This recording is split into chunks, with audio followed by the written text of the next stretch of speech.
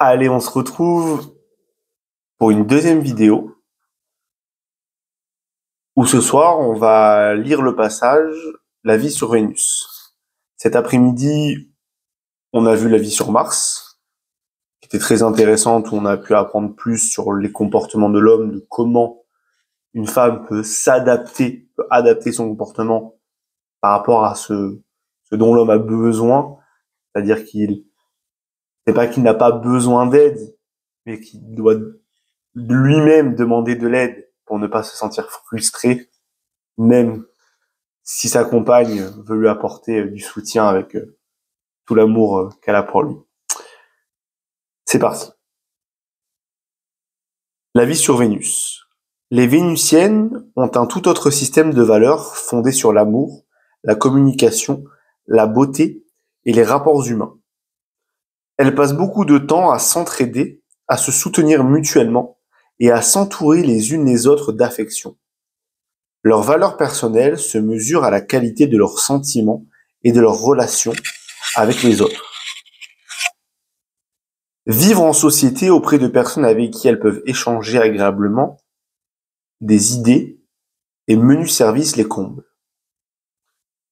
La valeur personnelle d'une femme se mesure à la qualité de ses sentiments et de ses relations avec les autres.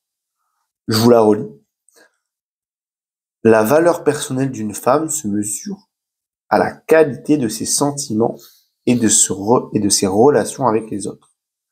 Alors qu'à l'inverse, pour un homme, il mesure sa qualité en fonction de son aptitude à obtenir des résultats. On est sur deux schémas de fonctionnement complètement différents.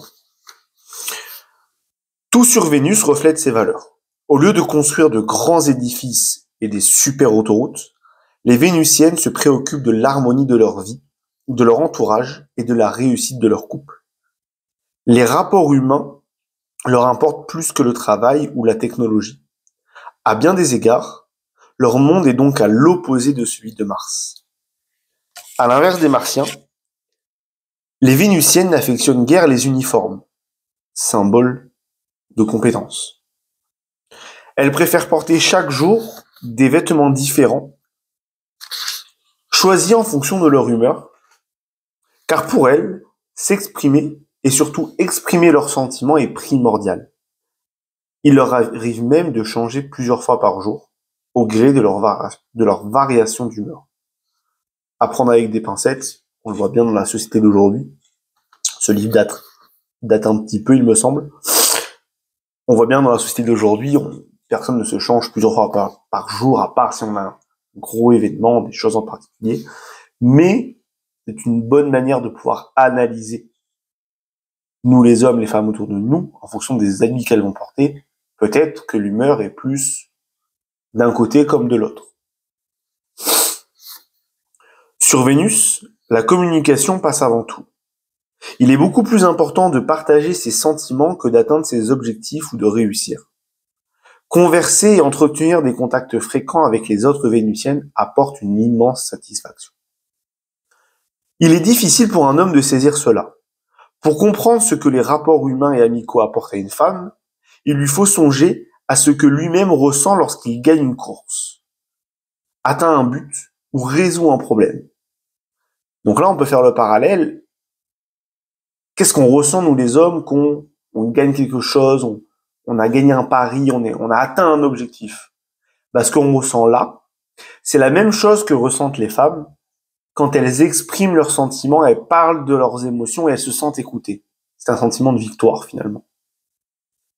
Les hommes s'attachent aux résultats, les femmes aux relations entre êtres humains. Un exemple. Deux Martiens vont au restaurant pour discuter d'un projet ou d'une affaire. C'est-à-dire parce qu'ils ont un problème à résoudre et aussi parce que cela leur paraît pratique. Pas de course, ni de cuisine, ni de vaisselle à faire. Pour une Vénusienne, déjeuner au restaurant, c'est avant tout déjeuner avec une amie pour écouter ses soucis, lui raconter les siens et se soutenir mutuellement. Les conversations des femmes au restaurant peuvent être très ouvertes et intimes, presque de l'ordre d'un dialogue entre thérapeutes entre un thérapeute et sa patiente. Et là, évidemment, je pense que beaucoup d'hommes se reconnaîtront dans ces cas-là, ou qu'on a des discussions entre hommes, on est ensemble, on parle pas forcément de ses sentiments. Et à l'inverse, les femmes, je pense qu'elles se reconnaîtront quand elles passent des moments de qualité ensemble. Elles discutent de leurs sentiments, de leurs histoires de cœur, tout simplement de ce qu'elles ressentent. On est toujours pareil, sur deux schémas de fonctionnement vraiment différents. Sur Vénus, tout le monde étudie la psychologie et possède au moins une maîtrise en psychothérapie. Les Vénusiennes s'intéressent de très près à tout ce qui touche au développement personnel, à la spiritualité et plus généralement au bien-être, à la santé et au bonheur. Vénus foisonne ainsi de parcs, de potagers biologiques, de centres commerciaux et de restaurants. Les Vénusiennes ont beaucoup d'intuition, un don intensifié par des siècles passés à anticiper les besoins des autres. Elles s'énorgueillissent de leur respect des besoins et des sentiments d'autrui. Proposer son aide ou son assistance à une autre Vénusienne sans que celle-ci les ait sollicités est un acte d'amour. Alors que rappelez-vous, pour un homme, si sa femme lui donne de l'aide sans qu'il l'ait sollicité, c'est un manque de confiance pour lui. C'est limite une trahison. Les Vénusiennes n'éprouvant pas le besoin de prouver leurs compétences, il ne leur paraît pas offensant d'offrir leur concours à leurs amis. De même, à leurs yeux, ce n'est nullement un signe de faiblesse que d'accepter l'assistance d'une autre personne. En revanche, un homme pourra se froisser des suggestions d'une femme parce qu'il en déduira qu'elle n'a pas confiance en sa capacité à se débrouiller toute seule. Les femmes appréhendent mal ce genre de subtilité, de susceptibilité masculine, qui leur est totalement étrangère. Autant une femme qui se voit proposer un secours en conclura qu'on l'aime et qu'on la choisit, autant un homme se sentira incompétent, minable et même mal aimé. Sur Vénus, donner des conseils et exprimer des suggestions est signe de gentillesse. Les Vénusiennes croient que même quand une chose fonctionne bien, on peut toujours essayer de la faire fonctionner encore mieux. Il est dans leur nature de chercher à rendre le monde meilleur. De même, lorsqu'une personne leur tient à cœur, elles n'hésitent pas à lui signaler ses points faibles et à lui suggérer comment y remédier. Pour elles, les conseils et les critiques constructives sont des actes d'amour. Sur Mars, les choses sont très différentes. Fidèles à leur passion pour les solutions, les Martiens ont un principe de ne rien changer quand cela va bien. Une de leurs expressions favorites est « ne touche à rien tant que ça marche ». De ce fait, quand une femme tente d'inciter à son mari à se perfectionner, son message est mal perçu. Elle ne devine pas que ses efforts empreints d'amour et de bonnes intentions humilient son conjoint. Elle pense à tort qu'elle aide seulement à s'améliorer. Et oui, c'est rigolo ce dernier passage, parce qu'effectivement, les hommes, on a du mal à accepter, en tout cas de base, tant qu'on n'a pas fait un travail sur soi, de développement personnel, de remise en question, et d'accepter notre part de féminité, on a beaucoup de mal à accepter la critique de notre partenaire.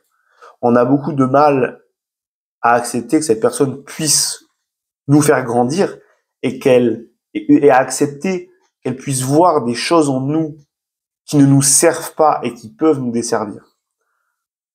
Alors qu'à l'inverse, nous, parfois, on peut avoir tendance à exprimer ça aussi à notre partenaire, nous les hommes, mais plus dans un sentiment de contrôle et de vouloir absolument trouver des solutions. Alors qu'en réalité, les femmes, elles savent ce qui est bon ou pas pour elles, dans la plupart des cas, parce qu'elles ressentent, l'intuition est plus présente.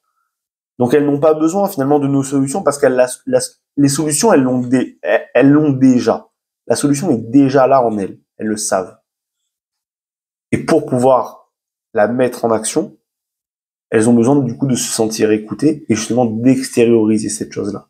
Et en extériorisant, elles trouvent la solution et arrivent à résoudre le problème ou bien le conflit. Alors que nous, les hommes, bah, on est des têtes de mule. On se dit, bah, je veux réussir tout seul, je veux trouver tout seul. Et seulement quand on arrivera à mettre notre ego de côté et à aller demander de l'aide, nous ferons preuve de sagesse. Comment faire ça? Se connecter à son intuition, accepter sa part de féminité également, travailler sur soi et demander des conseils. Ne pas hésiter à demander des conseils. Ça peut être à sa mère, ça peut être à sa sœur, si on n'est pas en couple, quelqu'un du sexe opposé qui est ouvert justement à nous aider à aller vers des axes d'amélioration sur notre personnalité. Je vous souhaite à tous une très belle soirée, une très belle journée en fonction de quand vous regardez la vidéo. N'hésitez pas à aller voir les vidéos précédentes si jamais vous ne les avez pas encore vues. Il y a déjà 2 parties au niveau de ce bouquin.